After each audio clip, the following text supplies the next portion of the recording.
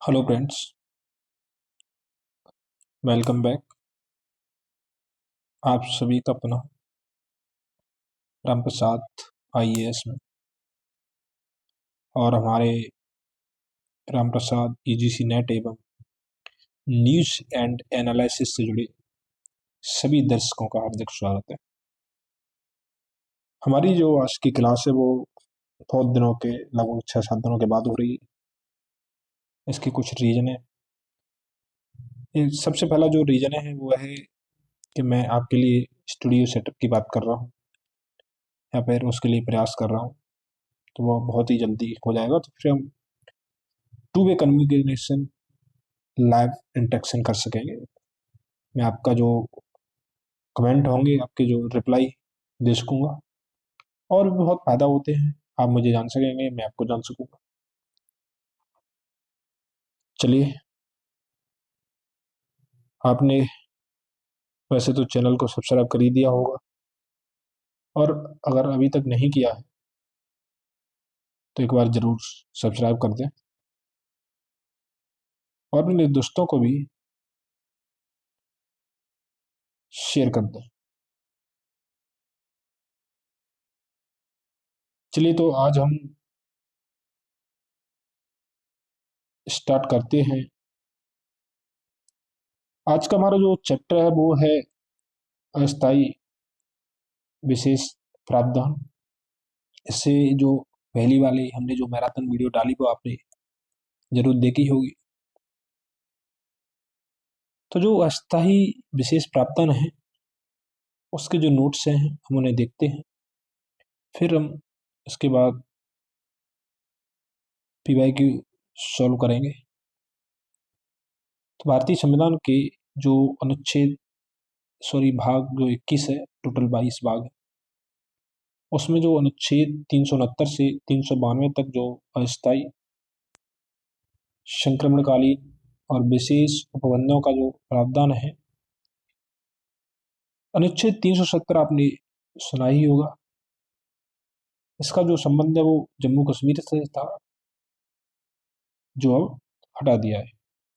जम्मू कश्मीर को छोड़कर भारत में एक ही संविधान के अंतर्गत केंद्र एवं समस्त राज्यों की संपूर्ण व्यवस्था का संचालन किया जाता था पहले, क्योंकि अब चेंज हो गया। ज्ञातव्य है कि जम्मू कश्मीर का जो संविधान है वो 17 नवंबर 1956 को अंगीकार किया गया था। तो जो आपको ध्यान नहीं रखना है, क्योंकि अब वो पूछेगा नहीं। जो पूछेगा जम्मू कश्मीर से मैं आपको बता ही दूंगा। 26 जनवरी 1957 को जो जम्मू कश्मीर का जो संविधान बना था वो प्रभाव में आया। संविधान के जो भाग 6 है, जम्मू कश्मीर वाला नहीं, ये भारत का जो भाग 6 संविधान के अध्याय 1 के अनुच्छेद जो 152 है, उसमें राज्य को परिभाषित करते हुए जम्मू कश्मीर राज्य को इसमें शामिल नहीं किया गया था उस समय। ठीक है। इसके अतिरिक्त अनुच्छेद जो 308 के अंतर्गत भाग 14 संघ राज्यों के जो अधीन सेवाएं हैं में राज्य पद के अंतर्गत जम्मू कश्मीर शामिल नहीं था उस समय। इसलिए बहुत दिनों से मांग की जा रही थी कि जम्मू कश्मीर का जो स्पेशल कैटेगरी वाला प्रावधान है उसे समाप्त किया जाए और इसे भारतीय संविधान का हिस्सा बनाया जाए पूरी तरीके से। 6 अगस्त 2019 का जो दिन था वो हमारे संविधान और भारत के लिए एक ऐतिहासिक दिन था। इस दिन संसद की संस्तुति से राष्ट्रपति द्वारा अधिसूचना द्वारा अनुच्छेद 370 के तहत जम्मू कश्मीर को विशेष स्थिति को समाप्त करने की घोषणा की गई थी। यानी जो पहले से जम्मू कश्मीर को विशेष स्थिति मिली हुई थी उसका हमने लोप कर दिया 6 अगस्त 2019 को। इसमें कहा गया था कि अनुच्छेद 370 के जो सभी खंड हैं अब प्रचालन में नहीं रहे जो पहले थे। अब अनुच्छेद 370 को इस प्रकार पढ़ा जाएगा कि इसके अनुसार संविधान के किसी भी उपबंध अनुच्छेद 152, 308 जो अनुच्छेद 152 राज्य को परिभाषित करता है, अनुच्छेद 308 सिविल सेवाओं के बारे में बात करता है। किसी विधि या किसी भी प्रकार का जो अन्य उपबंध है, नियम है, करार है आदि में किसी प्रतिकूल वाक्य होते हुए भी समय समय पर यथा संशोधित इस संविधान के सभी उपबंध बगैर किसी यकीनी मॉडिफिकेशन या फिर अपवादों की जम्मू कश्मीर राज्य पर लागू, जो अन्य राज्यों पर लागू होते हैं। इससे पूर्व 5 अगस्त 2019 को राष्ट्रपति द्वारा जारी जो संविधान है जम्मू कश्मीर पर लागू आदेश द्वारा 19 द्वारा राष्ट्रपति के 1954 के आदेश को प्रतिस्थापित कर दिया गया था। जम्मू कश्मीर पुनर्गठन अधिनियम 2019 के अनुसार जम्मू कश्मीर राज्य को अब जम्मू कश्मीर संघ राज्य क्षेत्र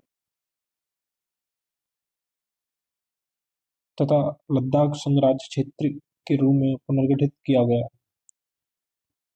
यह अधिनियम 31 अक्टूबर 2019 से प्रभावी है। तो ये डेट कई बार पूछ ली है, आप आगे हम प्रश्नों में देखेंगे भी।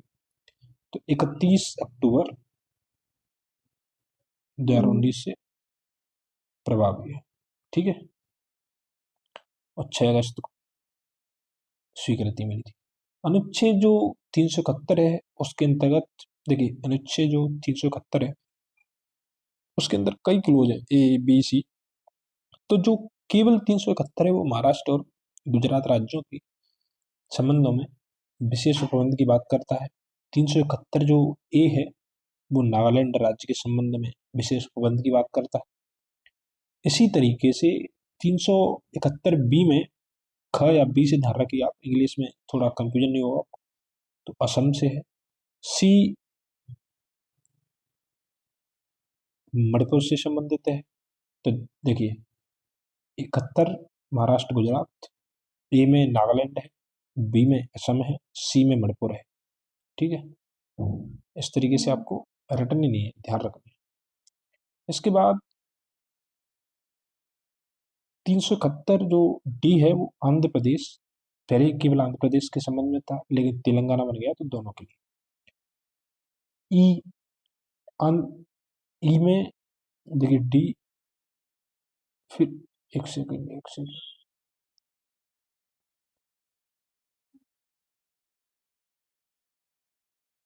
ई में सिक्किम, एफ में मिजोरम, जी में अरुणाचल प्रदेश है, आई गोवा, जे में कर्नाटक। इस तरीके से जी यानी 10 राज्यों के लिए स्पेशल प्रावधान है। इसके अतिरिक्त 371 ड में आंध्र प्रदेश में केंद्रीय विश्वविद्यालय की स्थापना के संबंध में उपबंध है। चलिए अब हम प्रश्नों को देखते हैं वन बाई वन करके। और जो सबसे पहला प्रश्न है वो आपके सामने ये रहा कि भारतीय संविधान के किस अनुच्छेद में विभिन्न राज्यों से संबंधित विशिष्ट प्रावधान का उल्लेख है। देखिए अगर मैं आपके लिए इतनी मेहनत कर रहा हूं तो आपकी थोड़ी सी जिम्मेदारी बनती है कि आप इसे शेयर करें और दोस्तों को जरूर शेयर करें और लाइक भी करें। मैं आपसे ना पैसे मांग रहा हूँ ना और कुछ मांग रहा हूँ, बस आप थोड़ा शेयर कर दीजिएगा, जिससे क्या होता है कि चैनल ग्रोथ करता है और लोग भी उससे जुड़ेंगे। तो देखिए अनुच्छेद 371 विभिन्न राज्यों से संबंधित विशेष प्रावधान की बात करता है। वर्तमान में 10 राज्यों के लिए ऐसा प्रावधान। 370 में जम्मू कश्मीर के बारे में प्रावधान किया गया है। तो देखिए जो 369 है वो राज्य सूची के कुछ विषयों के संबंध में विधि बनाने की संसद की इस प्रकार की जो अस्थायी शक्ति संविधान के प्रारंभ से 5 वर्ष के दौरान मानी गई थी। मानो वे समर्थित सूची का विषय है लेकिन है राज्य सूची के। अनुच्छेद 370 जम्मू कश्मीर राज्य के संबंध में अस्थायी उपबंधों से संबंधित था। 371 में मैंने आपको बता दिया है कि 371 से लेके जे तक महाराष्ट्र, गुजरात, नागालैंड, असम, मणिपुर, आंध्र प्रदेश, तेलंगाना, सिक्किम, मिजोरम, अरुणाचल प्रदेश, गोवा और कर्नाटक राज्यों के संबंधों में विशेष उपबंध अनुच्छेद 372 विद्यमान विधियों का प्रवर्त बने रहना और उनका अनुकूलन। अनुच्छेद अब जो अगला प्रश्न है कि भारत के संविधान के अनुच्छेद 371 जो बी है में निम्न राज्यों में से किसके लिए विशेष उपबंध है? तो देखिए बी असम के लिए था, 371 महाराष्ट्र गुजरात के लिए था।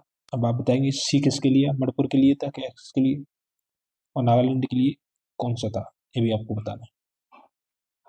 तो देखिए जो टोटल 22 भाग हैं संविधान में, उसमें जो भारतीय संविधान का जो भाग 21 है वो अस्थायी, संक्रमणकालीन और विशेष उपबंधों के अंतर्गत अनुच्छेद 371 बी में असम राज्य के संबंध में विशेष उपबंधों का वर्णन किया गया है। अगला जो प्रश्न है कि निम्नलिखित राज्यों में से एक सेकंड किसके लिए संविधान में अनुच्छेद 371 के अंतर्गत विशेष प्रावधान किया गया है? तो देखिए खाली 371 महाराष्ट्र गुजरात के लिए, जो डी है ड आंध्र प्रदेश के लिए, जम्मू कश्मीर 370 था जो हटा दिया है, नागालैंड के आप बताइए कौन सा है? तो देखिए 371 महाराष्ट्र गुजरात राज्यों के लिए विशेष प्रावधान की बात करते हैं।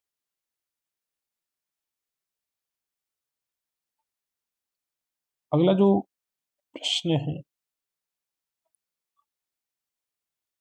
एक सेकंड, अगला जो प्रश्न है कि भारतीय संविधान के अनुच्छेद 371 ड ऐसे किस क्षेत्र को विशेष स्थिति प्रदान की गई? तो देखिए वो हैदराबाद और कर्नाटक के लिए था। ठीक है, 98वीं संविधान संशोधन अधिनियम 2012 द्वारा भारत के संविधान के भाग जो 21 है उसमें अनुच्छेद 371 छ के बाद एक नया 371 ड जोड़ा गया। 371 ड कर्नाटक के राज्यपाल को हैदराबाद और कर्नाटक क्षेत्र के विकास हेतु कदम उठाने के लिए सशक्त करता है। इसके बाद जो अगला प्रश्न है वो है कि भारत में एक ही संविधान प्रत्येक राज्य और केंद्र के लिए है, केवल एक राज्य इसका अपवाद था और वो था वो जम्मू कश्मीर अनुच्छेद 370। ठीक है, जो देखिए अब वही दे रहा है, तो इसमें आपको क्या ध्यान रखना, दो चीज, पूरा नहीं, ध्यान रखने वाली बात है कि 6 अगस्त 2019 को संसद की संस्तुति से राष्ट्रपति द्वारा अधिसूचना 370 हटाया था और 31 अक्टूबर 2019 से इसे लागू हुआ था और जम्मू कश्मीर और लद्दाख 2 यूटी बना दिए थे। ठीक है, तो 2 डेट है 6 अगस्त 2019 और 31 अक्टूबर। You always wondered why that app didn't exist. अब आप थोड़ा सा Now you can make it. Meet Replit Agent. Want a custom workout plan? Make an app for that. Have a great idea at 2 a.m.? Wait करिए, Make an app for चलिए आ गया, एक second, वहीं से स्टार्ट हो जाएगा, कोई दिक्कत नहीं, चुक प्रचार आ गया था। ठीक है, अब जो अगला प्रश्न है वो है भारतीय संविधान में जम्मू कश्मीर को विशेष राज्य का दर्जा देने का अभिप्राय क्या है? कश्मीर का अलग संविधान है, संसद को कानून बनाने का अधिकार नहीं है, यह राष्ट्रपति अधिनियम बना सकता है, केवल विधानसभा को कानून बनाने का अधिकार है। तो देखिए अब इसका आंसर चेंज हो गया। तो भारतीय संविधान के अनुच्छेद 370 के अंतर्गत जम्मू कश्मीर राज्य को विशेष दर्जा प्रदान किया गया था। इस राज्य का अपना अलग संविधान था, यहाँ का प्रशासन एवं प्रावधान भारत के अन्य शेष राज्यों से पृथक था। अब जम्मू कश्मीर राज्य की विशेष परिस्थिति को समाप्त कर दिया गया है, साथ ही से 2 संघ राज्य क्षेत्रों जम्मू कश्मीर और लद्दाख में विभाजित किया गया है।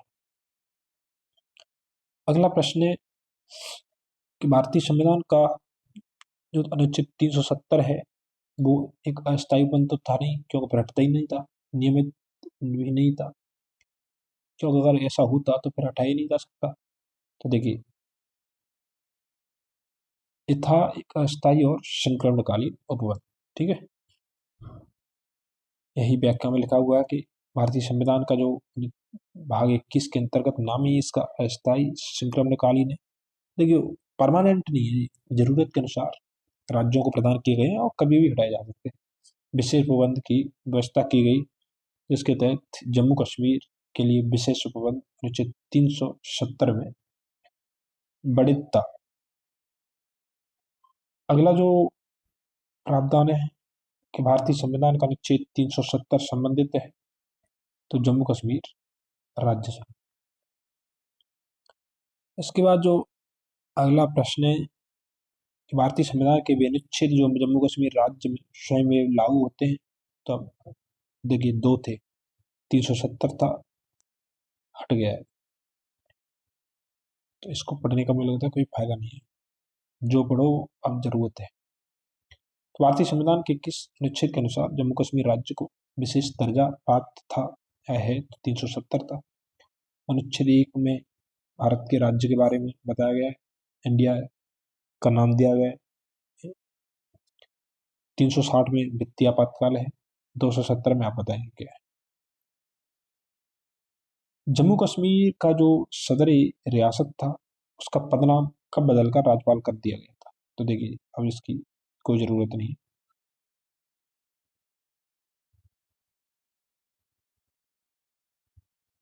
एक सेकंड, हाँ,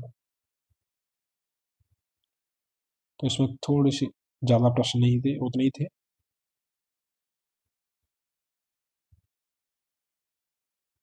एक सेकंड, तो बहुत दिक्कत होती है, बस थोड़ी सी दिनों की दिक्कत हो, खत्म हो जाएगा ना तो फिर अलग से बनाएंगे। तो देखिए 1965 ध्यान रखना, बस कुछ नहीं है, बस ध्यान रखना ही नहीं आपको। ये देखिए प्रश्न इम्पोर्टेंट है, यूपीएससी में उत्तर प्रदेश में पूछ लिया था। और प्रश्न है कि निम्नलिखित घटनाओं को कालक्रम में व्यवस्थित करना है, नीचे दिए गए। तो पहला है महाराजा जो हरि सिंह थे, उन्होंने विलय पत्र पर हस्ताक्षर कब किए थे। एक सेकंड, आंख में बहुत दर्द हो रहा है। दूसरा, भारत का संविधान लागू हुआ था तो 26 जनवरी 1950, आपको पता ही है। जम्मू कश्मीर की प्रभुसत्ता संपन्न जो संविधान सभा ने भारत में विलय को अनुमोदित किया था, ये कब किया था, जम्मू कश्मीर राज्य का नया संविधान लागू हुआ था। तो देखिए मिले हुए आंसर देखते हैं हम इसका। तो जो महाराजा हरि सिंह थे, उन्होंने 26 अक्टूबर 1947 को विलय पत्र पर हस्ताक्षर किए थे। 26 नवंबर 1949 को भारतीय संविधान अंगीकृत किया गया, तो 26 जनवरी 1950 को लागू किया गया था संसद अस्थायी संक्रमणकालीन उपबंध। इसके बाद जम्मू कश्मीर प्रभुसत्ता संपन्न संविधान सभा ने 17 नवंबर 1956 को स्वीकार करने के साथ विलय को अनुमोदित किया था, और जम्मू कश्मीर का जो नया संविधान 26 जनवरी 1957 को प्रवर्तित किया था। निम्नलिखित में से किस राज्य को केंद्र सरकार द्वारा विशेष श्रेणी का दर्जा SCS कभी प्रदान नहीं किया गया, तो देखिए बिहार को कभी प्रदान नहीं किया गया। बिहार लंबे समय से इसकी मांग कर रहा है। सिक्किम तो पूर्वोत्तर का राज्य है, तो इसे अभी प्राप्त है। जम्मू कश्मीर को दिया गया था, हिमाचल प्रदेश को दिया गया है। लेकिन नॉर्थ में यहाँ पे एक हिमाचल प्रदेश ऐसा जिसे विशेष श्रेणी का दर्जा प्राप्त है। तो देखिए अब तक कुल 11 राज्यों को विशेष श्रेणी यानी SCS प्रदान किया गया है। इसमें 8 तो जो पूर्वोत्तर के राज्य हैं, 3 हिमालय राज्य हैं, जिसमें एक तो उत्तराखंड है, एक हिमाचल प्रदेश और जम्मू कश्मीर। पूर्वोत्तर राज्यों में देखिए मणिपुर है, मेघालय है, त्रिपुरा है, सिक्किम है, अरुणाचल प्रदेश है, असम है, नागालैंड है और मिजोरम है। ठीक है, तो देखिए अभी तो 19 मिनट की ये वीडियो हुई है। चलिए आज हम ऐसा करते हैं, 1 सेकंड में देख लेता हूँ इसमें किसने प्रश्न है। थोड़ा सा इसमें प्रश्न भी बहुत लग रहे हैं।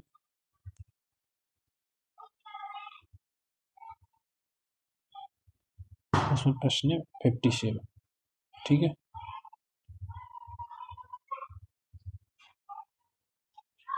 तो आज हम बताइए क्या करें। आज हम इसको ही रखते हैं क्योंकि कल हम, या फिर ऐसा करते हैं 1 सेकंड, हम आज चुनाव आयोग की जो नोट्स है उसको पढ़ लेते हैं। ठीक है, फिर कल जो 57 प्रश्न है उनको हम कर लेंगे।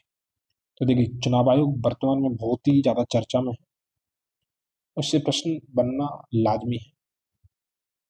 कोई भी एग्जाम हो प्रश्न जरूर बनेगा। जैसे राहुल गांधी जी बार बार चुनाव आयोग पर आरोप लगा रहे हैं, इस वजह से भी और उसकी निष्पक्षता को लेकर भी बहुत ज़्यादा सवाल उठाए जा रहे हैं। तो देखिए, भारतीय संविधान 22 भाग है, 21वां हमने पढ़ लिया है, अस्थायी संक्रमणकालीन है। जो भाग 15 है वो निर्वाचन आयोग से संबंधित है। भाग जो 15 है वो अनुच्छेद 324 से 329 तक, 24, 25, 26, 27, 24, 25, 26, 27, 28 और 29, 6 अनुच्छेद इसमें, ठीक है, तक निर्वाचन से संबंधित प्रावधान उल्लिखित हैं। अनुच्छेद 324 के तहत एक निर्वाचन आयोग की व्यवस्था की गई। यह एक स्थायी एवं स्वतंत्र निकाय है। आपको दो चीज ध्यान रखनी है, स्थायी है, स्वतंत्र है, इंडिपेंडेंस। इसलिए बार बार इसकी स्वतंत्रता की मांग करी जा रही है। यह जो आयोग है, संसद जो आयोग है, किसके किसके चुनाव कराता है। देखिए, संसद के जो चुनाव होते हैं, अगले चुनाव कब, 2027 में।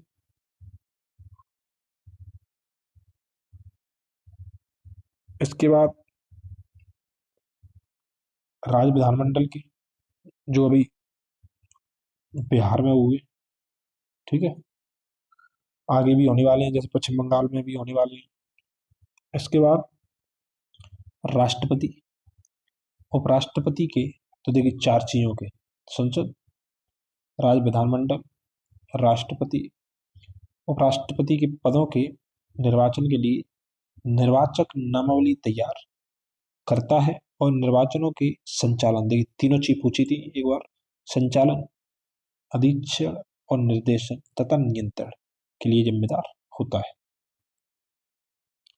इसके साथ ही जो आयोग है वो अनुच्छेद जो 324(2) के अनुसार निर्वाचन आयोग मुख्य निर्वाचन आयुक्त, देखिए संविधान में स्पष्ट उल्लेख नहीं है, लेकिन इतना कहा गया कि एक मुख्य निर्वाचन आयुक्त होगा और उतने अन्य निर्वाचन आयुक्तों से, जितने नियुक्त कौन करेगा, फिक्स कौन करेगा, तो प्रेसिडेंट करेगा, मिलकर बनेगा, लेकिन एक मुख्य निर्वाचन आयुक्त होगा।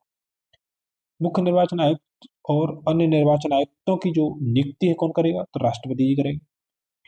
15, देखिए 1900 जब से बना था 50 से, तब से 15 अक्टूबर 1989 तक निर्वाचन आयोग एक सदस्य था, मतलब एक ही सदस्य होता था जो मुख्य निर्वाचन आयुक्त होता था, जिसमें केवल मुख्य निर्वाचन आयुक्त होता था। लेकिन जैसे इसका कार्यभार बढ़ा तो फिर 16 अक्टूबर 1989 को सर्वप्रथम निर्वाचन आयोग में 2 अतिरिक्त निर्वाचन आयुक्तों की नियुक्ति की गई। ठीक है, कब, 16 अक्टूबर 1989, कब, 16 अक्टूबर 1989 को, 1989 तक एक ही था। इसके बाद कितने हो गए, 3, 1+2, ठीक है, कंफ्यूजन नहीं होना। परंतु फिर क्या हुआ कि 1 जनवरी 1990 तक यही रहे, पर 90 तक रहे थे। उसके बाद 1 अक्टूबर, मतलब देखिए 89, 15 अक्टूबर तक एक, फिर 89 से 1989 से 90 तक 3, उसके बाद फिर चेंज कर दिया, फिर 1 अक्टूबर 1993 को फिर 2 अतिरिक्त निर्वाचन आयुक्त की नियुक्ति की गई और तब से लेकर अभी तक कितना, 3 सदस्य, 1+2। वर्तमान में जो मुख्य निर्वाचन आयुक्त है वो श्री ज्ञानेश कुमार हैं जिन पर बार बार आरोप लग रहे हैं, वो एक अलग मुद्दा है, राजनीतिक मुद्दा है। ठीक है। वर्तमान में मुख्य निर्वाचन आयुक्त तो 2 अन्य निर्वाचन आयुक्त हैं। एक चीज और है, इनके पास जो शक्तियां हैं वो समान है तीनों के पास। इनकी शक्तियों में कोई अंतर नहीं है, चाहे उनके वेतन हो, भत्ते हैं, दूसरे अनुलाभ भी समान होते हैं। तो देखो कितनी अच्छी चीज है, मुख्य निर्वाचन आयुक्त भी हो, चाहे कोई भी हो, अन्य हो, सब चीज समान। जो निर्वाचन आयुक्त, जो कि सर्वोच्च न्यायालय के न्यायाधीश के समतुल्य होते हैं, यानी जो भी इन्हें वेतन भत्ते मिलते हैं वो उतना मिलता है जो सर्वोच्च न्यायालय के न्यायाधीश को मिलता है।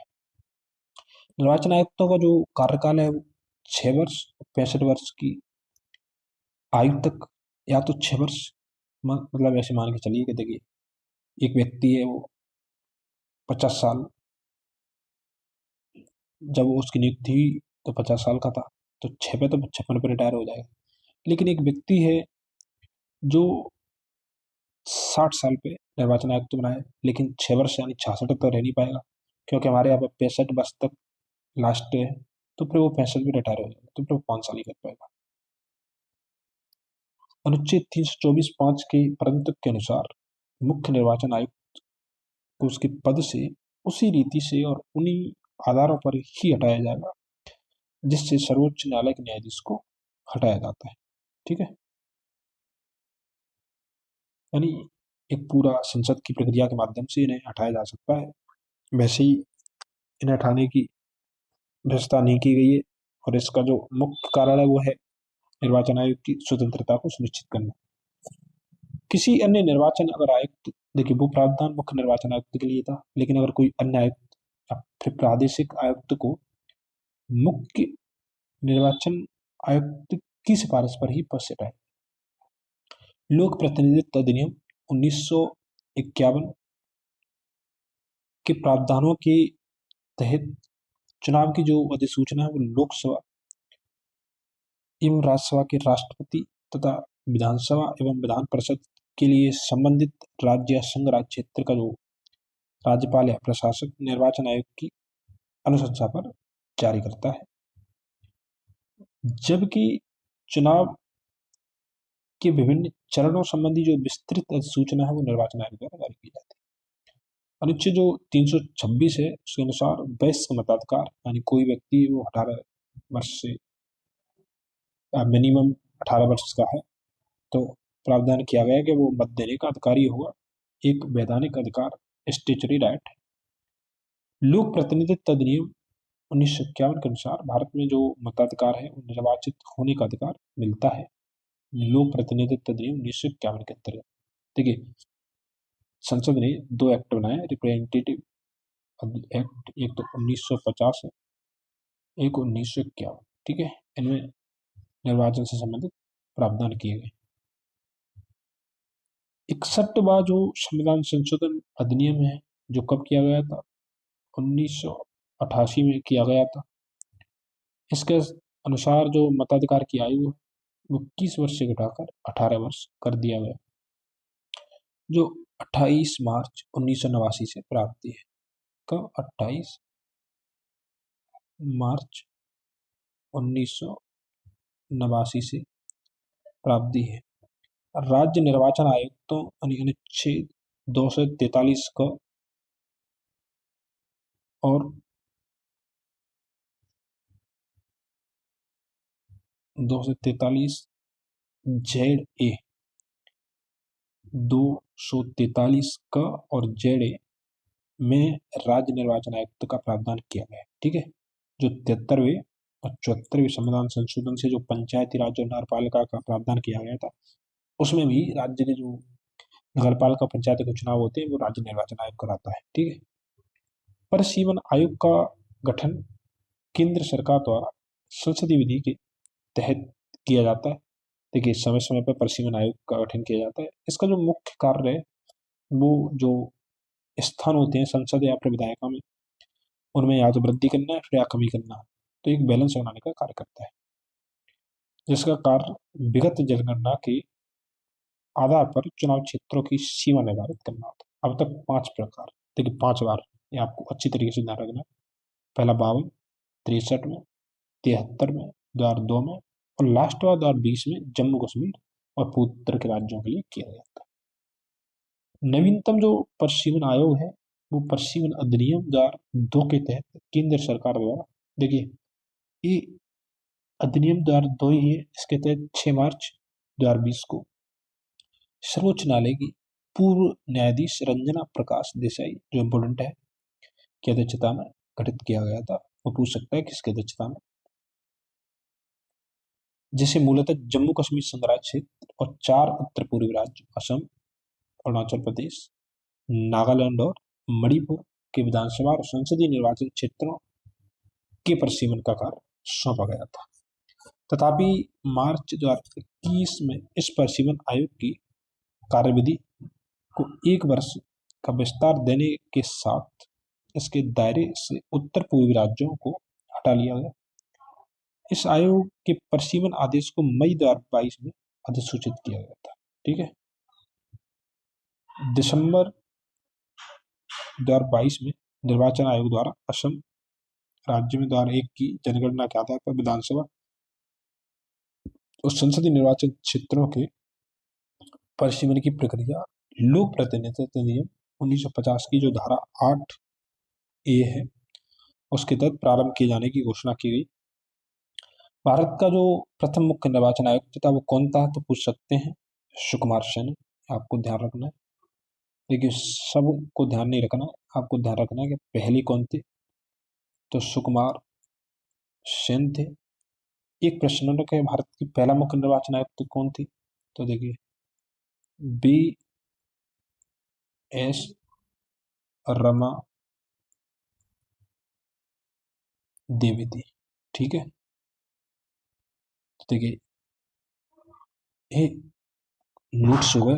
चलिए हम 2-4 प्रश्न भी कर लेते हैं आज इसके, बाकी बचे कुछ हम कल की वीडियो में कर लेंगे। तो पहला जो प्रश्न है वो है कि देखिए सबसे इम्पोर्टेंट है ये निर्वाचन आयोग वाला चैप्टर, इससे प्रश्न पूछे ही जाते हैं। पहला है कि भारत का संविधान निम्नलिखित अनुच्छेदों में से किस एक के अंतर्गत निर्वाचन आयोग का प्रावधान करता है, तो देखिए अनुच्छेद 324 से 329 तक है, भाग 15 है। 323 में सेवाओं से संबंधित है, 321 और 22 ये तीनों सिविल सेवाओं से संबंधित है। तो देखिए भारतीय संविधान का जो अनुच्छेद 324 के तहत संसद और राज्य विधानमंडलों तथा राष्ट्रपति और उपराष्ट्रपति पदों के निर्वाचन के लिए निर्वाचक नामावली तैयार करने तथा निर्वाचनों के संचालन का अधीक्षण, निर्देशन और नियंत्रण करने के लिए निर्वाचन आयोग का प्रावधान किया गया। इसके बाद जो अगला प्रश्न है कि भारत के संविधान का कौन सा अनुच्छेद भारतीय निर्वाचन आयोग की स्थापना से संबंधित है, तो अनुच्छेद 324 है। 148 है वो CAG से संबंधित है। 325 देखिए 324 है तो आप ऐसे आइडिया लगा लीजिए करो। 329 तो देखिए ये भी निर्वाचन आयोग से संबंधित। 342 देखिए 341, 342 जी SC STओं से संबंधित है।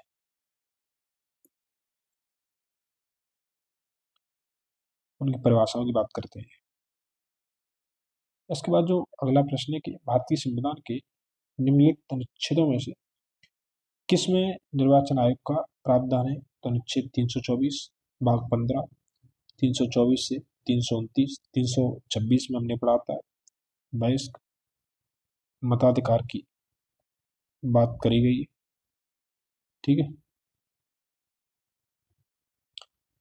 322 और 320 सिविल सेवाओं से संबंधित है। 320 में उनके कर्तव्यों की बात कर गई है, आयोगों के, जो राज्य सिविल सेवा आयोग है और केंद्र का। 315 से 323 तक ये आयोग के लिए अनुच्छेद। अगला प्रश्न है कि भारत में मुख्य चुनाव आयुक्त को नियुक्त किया जाता है, तो देखिए राष्ट्रपति के द्वारा, वारंट के द्वारा। अनुच्छेद जो 324(2) के अनुसार भारत के निर्वाचन आयोग के मुख्य चुनाव आयुक्त तथा अन्य चुनाव आयुक्तों की जो नियुक्ति है उस संसद द्वारा बनाई गई विधि के अधीन राष्ट्रपति द्वारा, लेकिन विधि संसद बनाएगी लेकिन राष्ट्रपति करता है, क्योंकि राष्ट्रपति को दिया गया है। अब जो अगला प्रश्न है वो है कि भारत के संदर्भ में निम्नलिखित कथनों पर विचार कीजिए। पहला है कि मुख्य चुनाव आयुक्त और अन्य चुनाव आयुक्तों को देखिए समान अधिकार प्राप्त है, परंतु मिलने वाले वेतन में असमानता है, तो ये तो गलत है, क्योंकि हमने देखा था कि सभी चीज कॉमन है।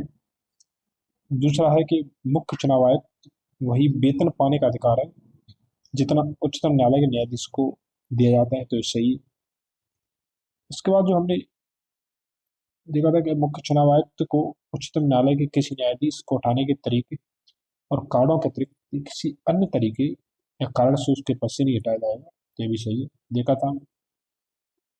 अगला जो प्रश्न है कि चुनाव आयुक्त का जो कार्यकाल है उनके पदभार ग्रहण करने की तारीख 5 वर्ष और 62 वर्ष, देखिए 5 वर्ष दे रहा है और 62 वर्ष दे रहा है, लेकिन ये गलत है क्योंकि 5-65 होना चाहिए, तो ये भी गलत है। तो देखिए 6 और 65 था, ठीक है, जी 6-65 ही CAG का होता है, तो दोनों का सेम है, आप ध्यान रख लेना। तो इस तरीके से ऑप्शन बी और सी 2 और 3 सही। तो देखिए मुख्य चुनाव आयुक्त और अन्य चुनाव आयुक्तों के जो अधिकार हैं, जो उसकी पेंशन है, भत्ते आदि सब इक्वल है और उन्हें वही वेतन मिलता है जो उच्चतम न्यायालय के न्यायाधीश को प्राप्त होता है। मुख्य चुनाव आयुक्त और अन्य चुनाव आयुक्तों अपने पद पर 6 वर्ष या फिर 65 वर्ष, 6 वर्ष या 65 वर्ष तक बने रहते हैं, जो पहले हो। मुख्य चुनाव आयुक्त को उसी रीति से हटाया जा सकता है जो उच्चतम न्यायालय के न्यायाधीश के लिए बड़े थे। चलिए 3-4 प्रश्न और कर लेते हैं,